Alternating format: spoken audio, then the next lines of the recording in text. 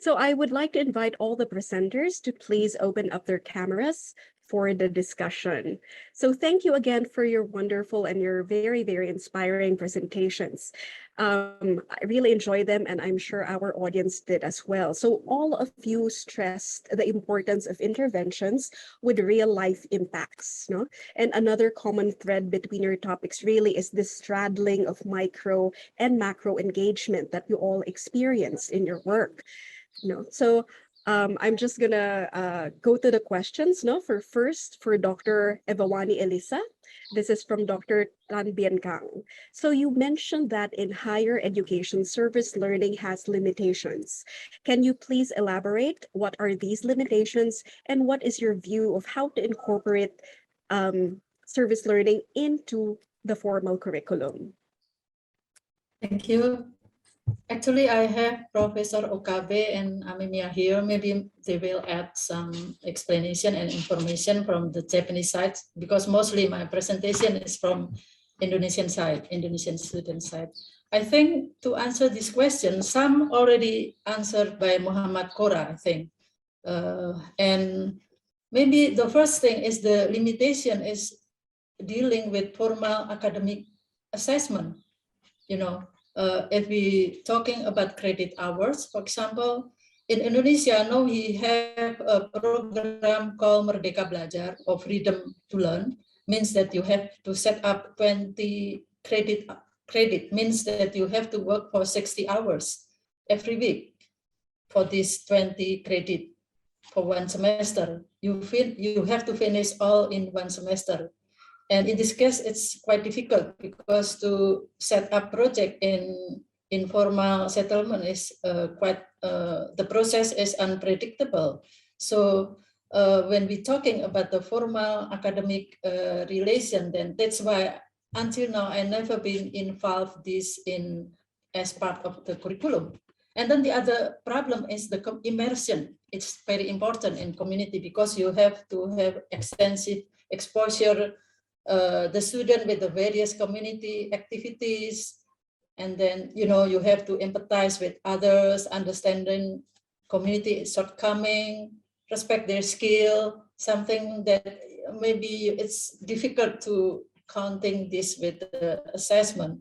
And also, you need to have a sense of empathy, something which is difficult to connect with curriculum or something. I have Professor Okabe here. Maybe Professor Okabe would add some information. Thank you. Thank you very much, Professor Elisa. It was a very cheerful presentation, and I enjoyed very much. And I remembered a lot. No? I reminded a lot of our projects which had lasted more than 10 years. And concerning to the curriculum, in case of Japanese students, almost all the Japanese students participated in the workshop with UI, a joint workshop with UI, graduate students. And we incorporated into a formal academic curriculum. That means that they can get credits as a intensive architectural studio. That is from the Japanese part. And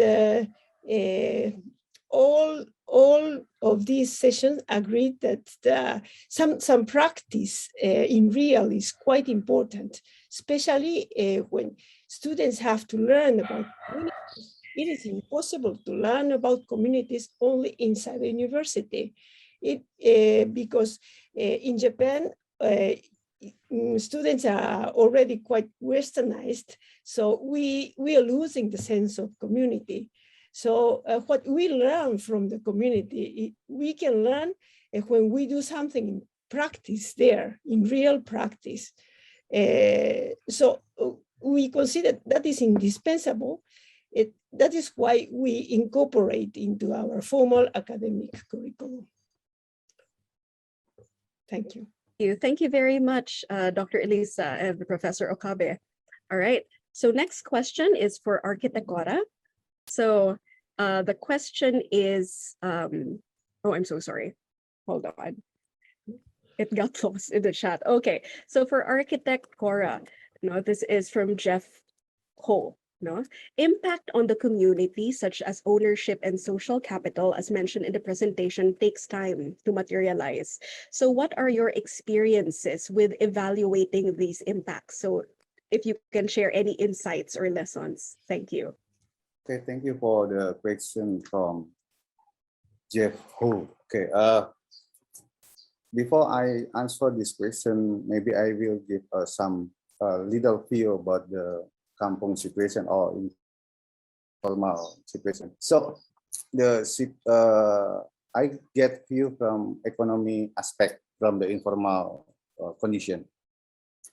The situation about the economy in the informal settlement is too much thinking about materialism.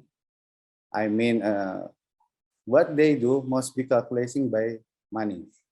This is the a lot of situation we found in the informal settlement. Why they think like that? Because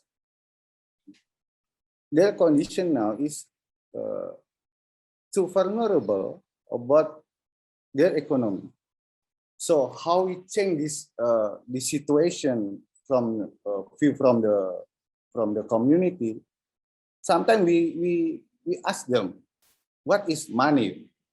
What is money from their view? We make some construct. We construct again about a lot of knowledge from the community, include about the money. So we have deal. We make agreement with the community. Money is just one tool to exchange. So, and we ask again with community. So we don't have to have a lot of money to make to get something. Yes, for sure. The answer. What tool we can make? Oh, I can help your house with I have a skill for labor, and then my wife can make some cement maybe, and I have network to help. Why we not use that for capital? So that's sample. This is social capital. The condition in the community, a lot of think about money, and money. Someone come in the kampung, he or her bring money or not. If they not bring money, you get out from my kampung.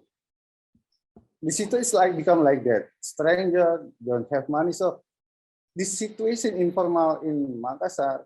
So for a lot of politic accident when we're not careful in line with the community. And okay, I am back to answer from Jeff Hu. So what the sample inside what we have done in Kampung Pisang. We built house, the community built their own house, just use if we calculate it in rupiah around 90 million. But in standard, we calculated 250 million. So a lot of we can reduce, expand for construction, use social capital. Who make that? The community itself. We can make. We get find some solution, and we looking for what tools we can change about the money. And the one of that is social capital. Maybe that's the answer. Maybe for the concrete practice in what we have done in Kampung Pisang. Thank you, Architect. This is fact, and we can do it in every kampung in Makassar. All right. Yeah. So thank you very much. Our last question, and unfortunately we have run out of time, but we have time for one brief question for Dr. Kusuma, no? And it's about timing, no? So it's from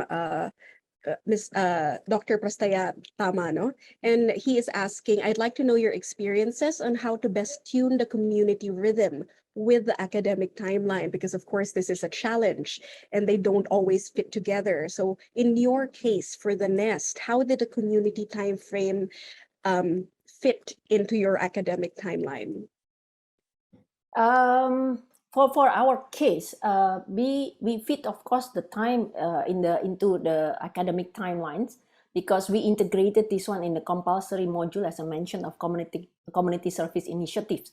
So however, the follow-up usually is not long, but I think maybe if I want to see it a bit in the bigger. So I think in the bigger context, I think we see, I think is a good example that, for example, that the example that Dr. Eva Wani actually shared is a long-term project of 10 years. So you have, and because of that, it's difficult to fit actually into the curriculum. Well, for us, we didn't intend actually to do a long-term projects, because the goal of the learning is just to introduce the student on the community development activity. So the student, after they finish, I have to say, after they finish after the one semester, and they go and they continue. I mean, it's very similar. I think what the Professor John also shared, the project that he shared also this morning. So that the follow-up actually is done, in fact, by us, by the lecturers. And in fact, in our university, we have actually also dedicated department called Community Service Department. This is for the student who is interested actually doing more volunteer actually different kind of community projects. And this the second project I show, for example, the PPR Lembah Subang, is one of the location where our community service department are so involved in multi-discipline or multi kind of projects. So our project is not the only one who is actually busy in this community, but there are actually different kind of project with a long-term follow-up. But from our side, actually, in fact, we just do a short project more. So it, as I say, depends on the goal. The goal, in fact, is more like a short terms. Is just to give introductions to the students. And well, if they want to follow up, they can, because then they can join the community service department and then continue with the project later on, which actually, in fact, some students do that as well because of the introductions. Thank you very much. So it was more a short-term thing that could fit into one semester. Yes. Okay, thank you very much. So that is it for session 2. Dr. Elisa, Professor Okabe, Architect Cora, and Dr. Kusumo, it has been a pleasure. So thank you also to everybody running everything in the background and to the audience for your participation. So I hope you will continue to enjoy the succeeding sessions today and for tomorrow as well. So thank you and good afternoon, everybody. Thank you Thank you so much.